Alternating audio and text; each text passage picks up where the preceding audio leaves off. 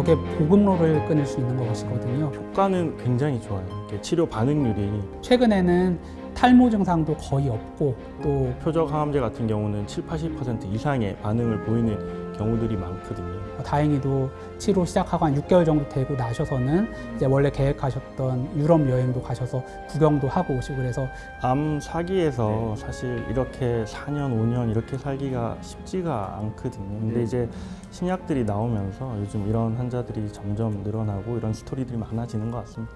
뭐 한 90% 정도는 안녕하세요. 의사 출신 기자 이진한 의학 전문 기자입니다. 여러분, 한국의 최근 암 생존율 몇 %인지 아십니까? 무려 70%나 됩니다.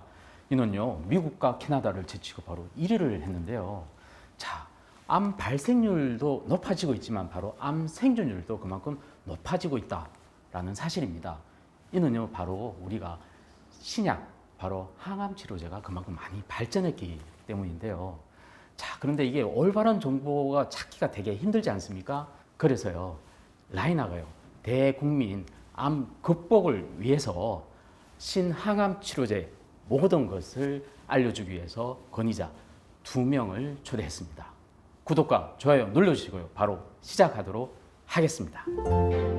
여러분, 권위자 2분을 모셨는데요. 각자 소개를 부탁드리도록 하겠습니다. 네. 안녕하세요. 저는 분당차병원 혈액종양내과의 김찬입니다. 저는 이제 대장암, 신장암 그리고 방광암의 항암 치료를 주로 담당을 하고 있습니다. 안녕하세요. 분당차병원 혈액종양내과 전홍재입니다. 저는 위암, 간암, 담도암, 췌장암 환자분들을 주로 항암 치료하고 있습니다. 자, 우리 첫 번째 주제가요, 표적 항암제입니다. 야, 이게 표적 항암제 벌써 20년 가까이 된 항암제인데 그동안 수많은 항암제들이 많이 나오지 않았습니까? 그럼에도 불구하고 표적 항암제 그런 사람들이 좀 궁금해하는데요. 우리 김상 교수님, 표적 항암제 대체 뭡니까? 사실은 이제 항암제라는 게 개발된 역사가 벌써 50년이 넘어갔는데요. 사실 초반에 나왔던 항암제들은 이제 암세포랑 정상세포를 완벽하게 구별을 못했기 때문에 항암 효과도 가지지만은 정상세포도 공격을 해서 부작용이 꽤 많았던 그런 약물들입니다. 근데 표적 항암제라는 거는 정상세포가 암세포가 될 때 필요한 돌연변이나 단백질 같은 그런 특정한 표적이 있는데 그 표적만을 콕 집어서 공격하는 그런 약들이라고 생각을 하면 되겠습니다. 그래서 나온 지 벌써 한 20년 정도 됐는데 현재는 이제 뭐 새로운 신약이라고 말하기보다도 아예 이거 자체가 표준 치료라고 생각을 하시면 되겠습니다. 네. 야, 그러니까 표적 항암제 그러니까 우리가 유도 미사일, 그다음에 그 또 다트 뭐 이런 어떤 목적 그 특정한 부위만 골라서 잡는 그런 항암제 치료제 같은데요. 자, 정말 이렇게 정상 세포는 비켜나가고 이렇게 암 세포만 그렇게 골라서 죽입니까? 어떻습니까? 사실은 이론적으로는 그 말씀이 맞는데요. 이렇게 뭐 암세포에만 그 돌연변이가 있으면 가장 좋겠지만 정상세포도 약하게 그런 표적들을 가지고 있을 수는 있기 때문에 기존의 세포독성 항암제보다는 당연히 독성은 월등히 적겠지만 뭐 다른 조직들도 정상 조직들도 조금 손상이 이렇게 뭐 부작용들이 나타날 수는 있습니다. 아, 우리가 바로 말하는 1세대 바로 항암제가 바로 화학 항암제라고 하지 않습니까? 그 화학 항암제에 비해서는 좀 독성이 좀 덜할 수 있다. 근데 비교하면 어느 정도 독성이 덜할까요? 뭐 한 90% 정도는 덜하다라고 생각해야 되지 않을까 싶습니다. 아, 그러면 뭐 굉장히 좀 부작용이 적다라고 볼 수 있겠네요, 그죠? 네. 그렇지만 이제 이름 때문에 환자분들이 오해하실 수가 있는데 정말 암에만 있는 표적을 해서 부작용이 하나도 없을 거다라고 생각할 수는 있지만 꼭 그렇지만은 않다 정도는 설명을 드려야 될 것 같습니다. 네, 그건 좀 확실하게 이제 알아가야 될 것 같습니다. 자, 이런 표적 항암제를 하려면 어떤 전제 조건이 좀 필요할 것 같은데요. 이게 모든 암 환자들이 다 받을 수 있다라고 또 생각하는 사람 많을 것 같아요, 그죠? 어떻습니까? 일단은 원칙은 표적이 있는 환자분들에게만 대상이 되는 표적 항암제도 있고요. 또 우리가 암이 성장하기 위해서는 주변의 혈관들을 땡겨서 거기서 영양분을 받아서 이제 자라기 시작하는데요. 그런 암 혈관을 성장을 억제하는 약제들 같은 경우는 특정 표적이 없는 경우도 있습니다. 이런 경우에는 이름이 표적 항암제라 하더라도 표적이 없이도 그냥 암 환자분들이 효과를 볼 수가 있습니다. 아, 그러면 예를 들어서 그 구체적으로 뭐 어디 요즘 최근에 이제 표적 항암제 중에 뭐 어떤 표적 항암제가 가장 효과 있고 이런 것들이 좀 있는 것 같은데요, 그죠? 예. 뭐 예를 들어서 이제 저 같은 경우는 이제 대장암 환자분들도 많이 보는데요. 대장암에서는 이제 대장암의 성장을 빠르게 하기 위해서 이제 특정한 성장 인자라는 게 나오게 되는데 그 성장 인자를 표적으로 하는 그런 항암제 같은 것들은 그 표적이 있을 때만 효과를 보이고요.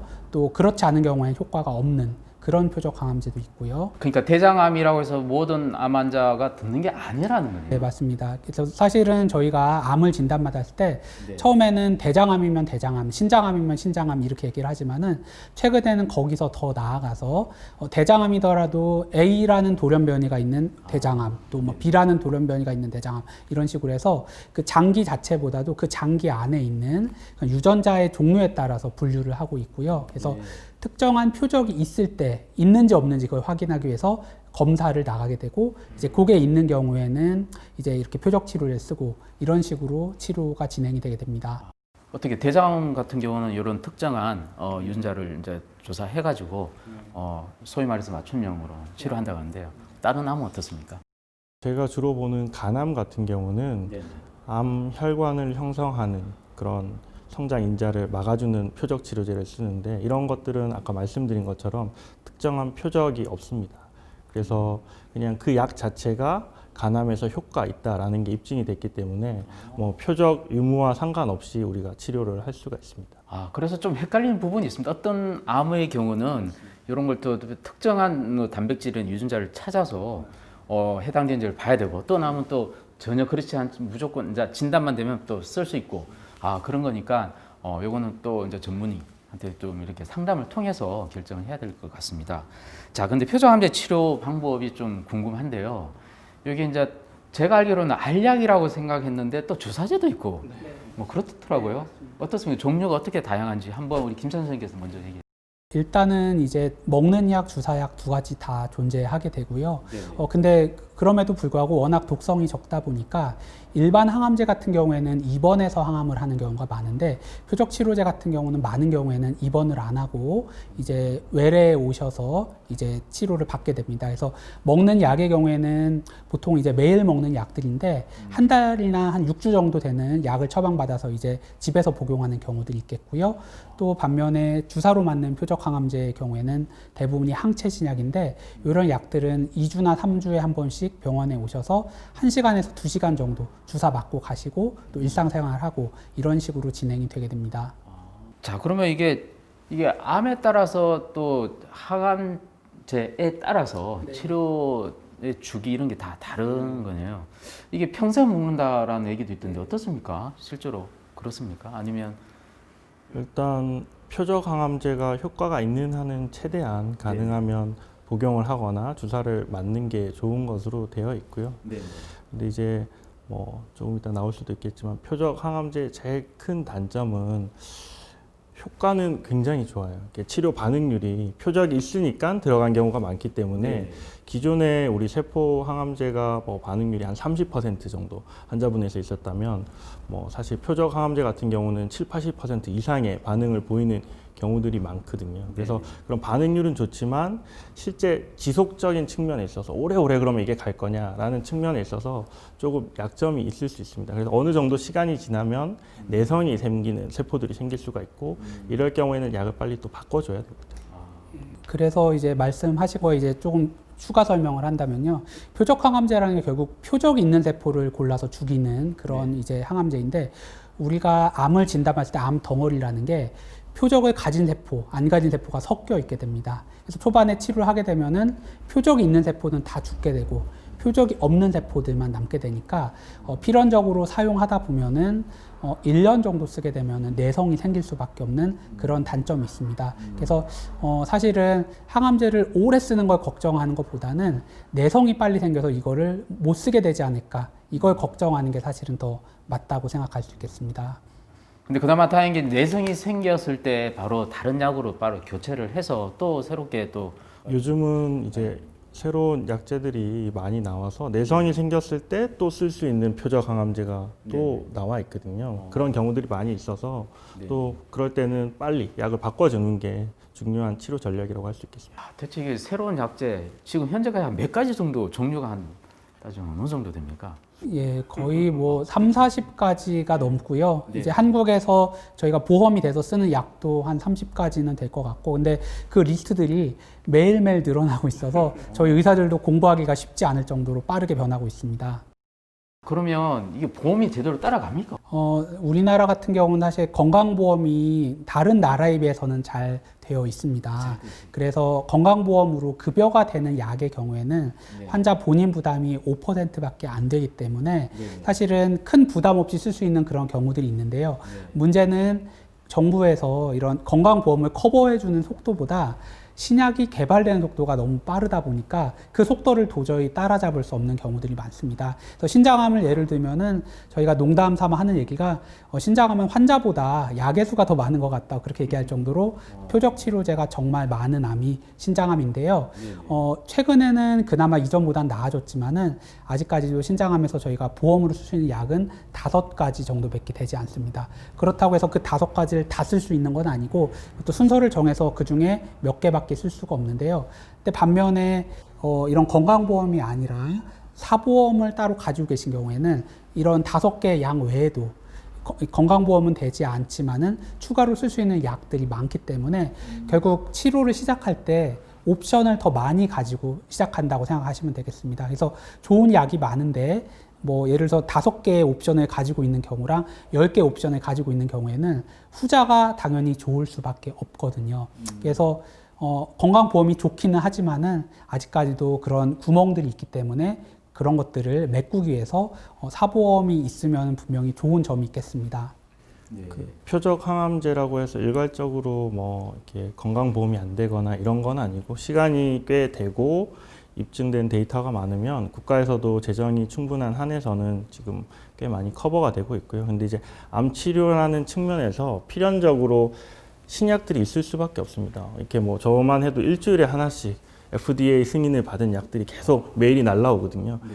그러니까 그거를 나올 때마다 이거를 다 커버해 줄 수는 없습니다. 국가 재정도 당연히 한계가 있기 때문에 그러니까 이거를 좀 여유롭게 쓸 수 있는 그런 소스가 있다면은 환자분들이 치료 옵션이 당연히 다양해질 수밖에 없는 거죠. 사실 치료 옵션이 그렇게 다양하지도 않은 게 또 문제인 것 같고요. 앞으로 좀 많은 뭐 사보험이 됐든 아니면 건강보험이 됐든 이런 것도 좀 많이 확대가 됐으면 좋겠다는 생각을 하는데요.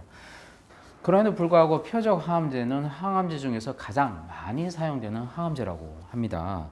우리 보통 항암제 치료하면 머리 빠지지 않습니까? 소화도 안 되고 설사나고 식욕도 떨어지고 이런 것들이 굉장히 메이저한 부작용인데도 이 표적 항암제는 그나마 그래도 좀 이런 기존의 항암제에서 많이 개선된 항암제라고 하는데요.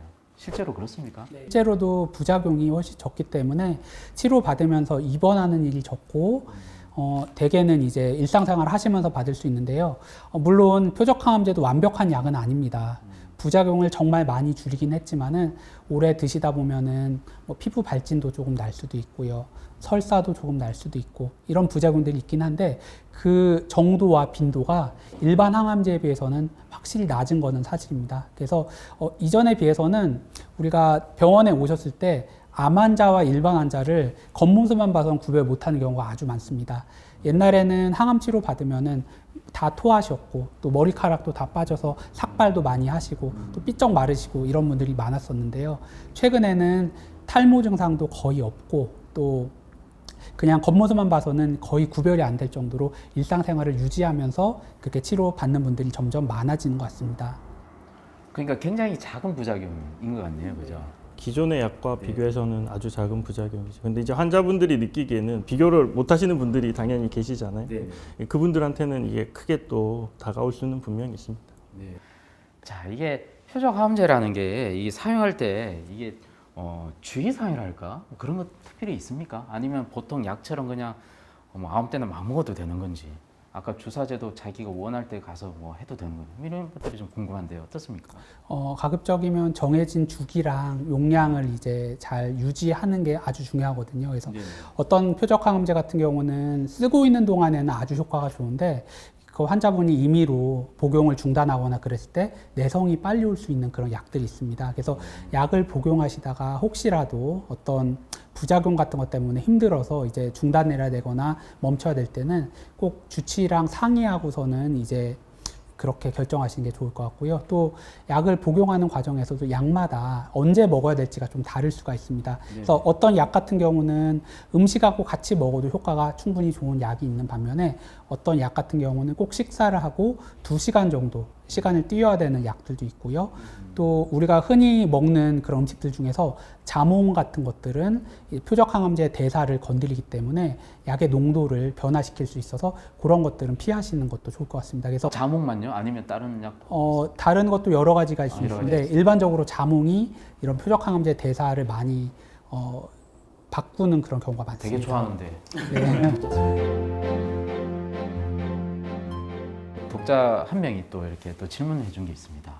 최근엔 또 초기에 쓸 수 있는 표적 항암제도 있다고 들었습니다. 유방암 쪽에서요? 헐투라는 표적이 유방암에서 잘 알려져 있고요. 네. 이 헐투라는 표적이 있는 경우에는 네. 수술 전에 그 헐셉틴이라는 약제가 다 나와 있기 때문에 그 약제를 같이 이제 병합 치료를 했을 때 네. 암을 훨씬 더 줄여줄 수가 있고 그리고 나서 수술 받고 이렇게 했을 때 데이터가 더 좋은 것으로 나와 있습니다. 아, 덩어리가 커진 암에 대해서 네네. 이걸 갖다가 암 덩어리를 줄이고 수술을 진행해요. 줄여서 줄이는 역할을 하는 네, 표적 네. 항암제가 있다. 네, 네. 아, 그래서 그때 사용하면 도움이 된다 그런 말씀이죠. 결과적으로는 재발률이나 이런 걸 월등히 낮춰줄 수가 있는 거죠. 아, 네네. 그런 것도 있군요. 여러분 꼭 참조해서 혹시 주변에 그런 암 환자 계시면 꼭 알려주시면 좋겠습니다. 자, 그러니까 이게 좀 뭔가 이제 항암 표적 항암제 치료하면서 뭔가 마무리되는 그 환자들은 보시면 되게 기분 좋지 않습니까? 좋죠. 네. 실제로 그런 좀 성공 사례라는 게 좀 많이 있습니다. 어떻습니까? 점점 많이 늘어나고 있는 것 같습니다. 그래서 제 환자 중에 좀 기억에 남는 환자는 한 73 정도 되는 이제 할머니였는데요. 이제 여행을 한 번도 못 가시다가 이제 아드님이 유럽 여행 가라고 패키지를 끊어줬는데 여행 가기 전날에 넘어지신 거예요. 그래서 뼈가 골절이 돼서 이제 병원에 왔다가 보니까 신장암이 뼈로 많이 전이가 되어 있었습니다. 뭐 갈비뼈, 척추뼈, 골반뼈, 뼈에 전체적으로 한 100군데 이상 전이가 가 있는 상태로 이제 발견이 돼가지고 원래는 기분 좋게 여행 가려다가 갑자기 이렇게 충격을 많이 받은 그런 경우였는데 다행히도 신장암 같은 경우는 표적 치료제가 아주 많이 개발이 되어 있거든요. 그래서 사실 대단한 치료가 아니라 먹는 약입니다. 그래서 하루에 한 번 먹는 약만 이제 복용을 하시면서 이제 치료를 받으셨고요. 반응이 아주 좋아가지고 골절도 더 생기지 않았고 뼈에 있던 암이 잘 조절이 돼서 다행히도 치료 시작하고 한 6개월 정도 되고 나셔서는 이제 원래 계획하셨던 유럽 여행도 가셔서 구경도 하고 오시고 그래서 그때 너무 기뻐하셨던 그런 기억이 납니다. 와, 옛날 같으면 그게 불가능한 얘기 아닙니까? 사실 예전에는 나이가 많으신 분들은 특히 이렇게 뼈전이 같은 경우는 암이 진행됐을 때 가장 최종 단계에 가는 장기라고 생각하기 때문에 이런 상태면 사실은 치료를 포기하는 경우들이 많은데 최근에 이런 표적 항암제는 아무래도 부작용이 적다 보니까 훨씬 더 치료가 수월한 부분도 있고요. 또 반응이 나타났을 때 훨씬 더 드라마틱하다고 그렇게 생각을 합니다. 그래서 예전에 생각 못했던 그런 일들이 현실로서 이루어지고 있는 상황인 것 같습니다. 야, 대단하지 않습니까? 이게 알약 챙겨서 그냥 먹기만 하면 되는 거지 않습니까? 저는 이제 표적 항암 이제 폐암에서 제일 유명한 게 이레사라는 약이거든요. 아, 그 폐암 치료제 유명하지 않습니까? 네, 네. 네네. 제가 레지던트 때 이제 그 약이 들어오기 시작했는데 네. 이미 처음 진단 시에 한쪽 폐가 완전 폐암으로 다 이렇게 차서 그래서 이제 뭐 산소 포화도도 떨어지고 결국 기도 삭감까지 하고 중환자실에 계셨던 환자분이셨어요. 근데 결과적으로 표적 검사를 했는데 EGFR 돌연변이 그 이레사라는 약에 대한 돌연변이가 있는 것으로 나왔고 우리가 기도 삭감하면 다 재워야 됩니다. 환자분 자야 되고 인공호흡을 하니까 그래서 이제 콧줄을 넣고 뭐 필요하면 영양을 제공하고 그렇게 하는데 그 환자분은 콧줄로 그 이레사를 그때 제공을 했었고요. 근데 결과적으로는 뭐 저희가 이전에는 보지 못했던 드라마틱한 금방 김 찬사님도 얘기를 했지만 반응이 나타나서 그 암들이 줄기 시작하더니 나중에는 환자분이 기도 삭감 제거하고 걸어서 이제 퇴원하셔서 외래에서 이제 한두 달에 한 번씩 알약 받아가시고 그렇게 하셨던 환자분이 있어서 아, 시대가 바뀌었구나 그때 한번 크게 느꼈었죠. 그분도 여행 갔나요? 네. 이게 굉장히 드라마틱하게, 그러니까 잘 듣는 환자는 굉장히 드라마틱 잘 듣는 예. 그런 항암제라고 볼 수 있겠습니다. 그죠? 예. 그게 되게 이제 이래서 같은 경우도 특히 아까 돌연 유전자 있는 환자가 한 몇 프로 정도 되는 건가요? 한 20% 정도 20%? 폐암 환자에서 예, 있는 것으로 나옵니다. 되게 신장은 어떻습니까? 신장암은 다행히도 그 특별한 표적이 없어도 다 쓸 수가 있습니다. 그래서 뭐 모든 환자한테 다 쓸 수가 있어서 특별한 검사가 필요 없으니까 그런 게 장점이 되겠습니다. 아까 말씀을 드렸지만 신장암이랑 그리고 네. 간암 같은 경우는 암세포의 특징이 혈관을 많이 빨아당기는 겁니다. 네. 그래서 자기한테 영양 공급을 하게 만드는데 저희가 간암도 그렇고 신장암도 그렇고 우리가 쓰는 표적 항암의 종류가 암 혈관 생성을 억제하는 약제들이기 때문에 뚜렷한 표적 없이도 보편적으로 적용했을 때도 효과가 굉장히 좋은 것으로 되어 그래서 있습니다. 저희가 사실 전쟁을 할 때도 적군하고 직접 1대1로 싸우는 방법도 있겠지만은 저게 보급로를 끊을 수 있는 것이거든요. 그래서 그런 혈관을 건드릴 약들은 암으로 들어가는 보급을 차단해서 암을 이제 고사시킨다고 하는 그런 약들이고, 그렇기 때문에 그런 약들은 특별한 표적이 없어도 일반적으로 들을 수 있는데 그런 장점을 가지고 있습니다. 여러분 좀 헷갈리지 않습니까? 하지만 저희들이 바로 교수님이 직접 만든 표가 있습니다. 이거 한번 딱 보시면 여기서 우리가 어떤 암이 어떻게 잘 듣는지 이런 걸 갖다가 정의를 했습니다. 참고해 주시고요. 자, 신장암하고요, 폐암에 대해서 우리가 아주 깜짝 놀랄만한 드라마틱한 사례를 들었는데 이게 좀 추가로 좀 더 들었으면 좋겠다는 생각을 했습니다. 교수님 뭐 좀 환자 완치 사례 좀 얘기 좀 해주십시오. 또 기억에 남는 환자분이 이제 대장암에 이제 처음 진단이 되신 남자 환자분이셨는데 거의 환갑이 다 되셨을 것 같아요. 네. 근데 이 환자분 같은 경우는 이제 대장암이 진단이 됐는데 이게 대장에만 있는 게 아니라 폐에도 전이가 되어 있고 간에도 전이가 되어 있어가지고 사실은 사기 중에서도 상당히 그렇게 진행된 상태였습니다. 그래서 사실 일반적으로는 이런 케이스들을 우리가 표적 항암제가 나오기 전에 치료했다면은 보통은 한 1년 정도 사시거든요. 근데 환자분이 원하셨던 거는 이제 따님이 계신데 따님이 결혼할 때까지만 자기가 좀 살았으면 좋겠다라고 이렇게 얘기를 하셨었던 분이신데, 다행히도 아까 말씀드렸던 것처럼 이제 대장암에서는 EGFR이라는 표적을 타겟으로 하는 이제 얼비투스라는 그런 표적 치료제가 있습니다. 그래서 이 환자분은 이제 그 약을 이용해서 이제 치료를 받으셨는데 사실은 부작용이 심하진 않아요. 얼굴에 여드름 같은 것만 조금 나고 이제 부작용이 심하지 않은 약인데 그 약을 맞고 나서 반응이 아주 좋았습니다. 그래서 폐에 있는 전이도 많이 줄어들고 또 간에 있는 전이도 많이 줄어들어서 결국에는 수술까지 하게 됐고요. 그래서 수술을 해가지고 이제 암을 완전히 제거를 해서 그러고 나서 이제 완치 상태로 지금 벌써 한 4년 정도 되신 것 같아요. 와. 벌써 이제 따님 결혼 다 하셨고요. 이제 저번에 오셨을 때는 이제 손자를 데리고 오셨더라고요. 그래서 이런 경우들이 점점 많이 늘어나는 것 같습니다. 암 사기에서 사실 이렇게 4년, 5년 이렇게 살기가 쉽지가 않거든요. 근데 이제 신약들이 나오면서 요즘 이런 환자들이 점점 늘어나고 이런 스토리들이 많아지는 것 같습니다. 그래서 사실 사기 환자라고 하면은 이제 예전에는 저희가 약이 없었기 때문에 환자분이 항상 진단을 받으면 물어보세요. 내가 언제까지 살 수 있느냐, 완치될 수 있는 것이냐 이렇게 얘기했을 때 사실은 저희가 이 완치에 대한 얘기를 하기가 정말 어려웠고, 이런 경우에는 대부분 돌아가십니다라고 이렇게 설명할 수밖에 없는 그런 상황이었는데 예전에는 그런 식으로 진행된 스토리들이 많았던 것 같아요. 근데 최근에는 이런 케이스가 치료가 될까 싶은 케이스인데 치료가 너무 잘 돼가지고 장기 생존하시고 또 가끔 가다가는 완치까지 가는 사례들이 있다 보니까 의사들이 예전처럼 뭔가 성급하게 얘기하기가 어렵습니다. 이런 예외들이 점점 늘어나고 있기 때문에 일단은 치료해 보셔야 압니다. 그리고 하다 보면은 좋은 결과가 있을 수 있습니다라고 좀 더 얘기할 수 있는 그런 경우들이 많아지고 있어요. 정 교수님도 또 네. 다양한 환자 많이 보시니까요. 어떤 환자 또 기억이 나시는지. 네, 제 환자 중에 또 최근에 기억에 남는 환자는 간암 환자분이셨는데요.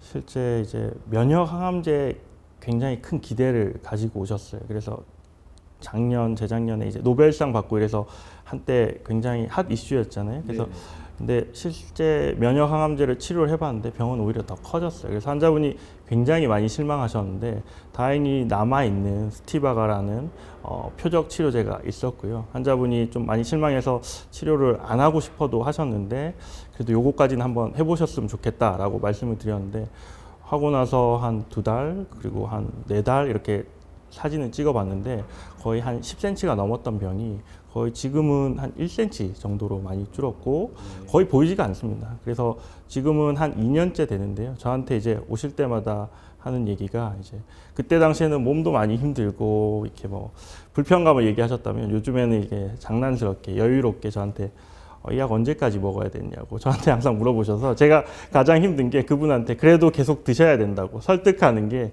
가장 힘든 일입니다.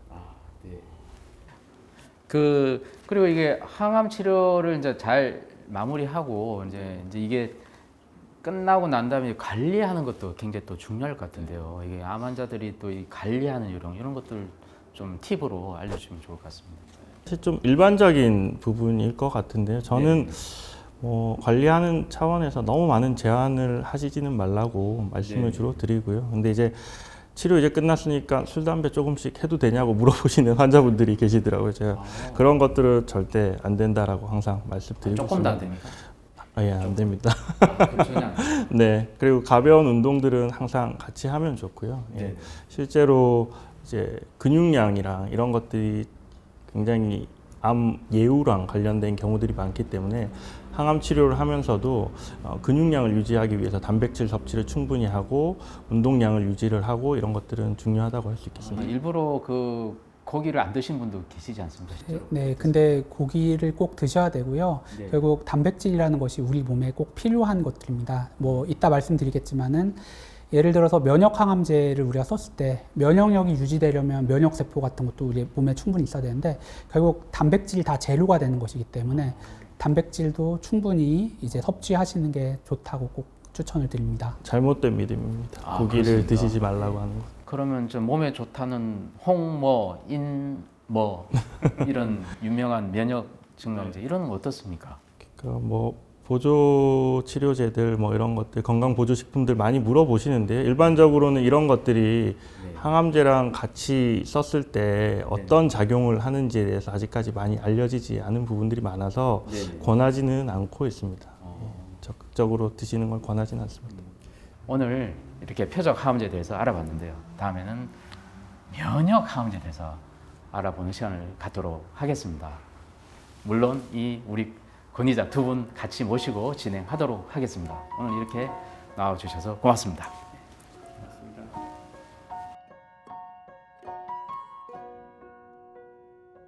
정상세포가 아닌 암세포만 표적 파괴하는 표적 항암 치료비 지금 라이나에서만 최초 집중 보장합니다. 이런 게 보험의 혁신. 라이나 생명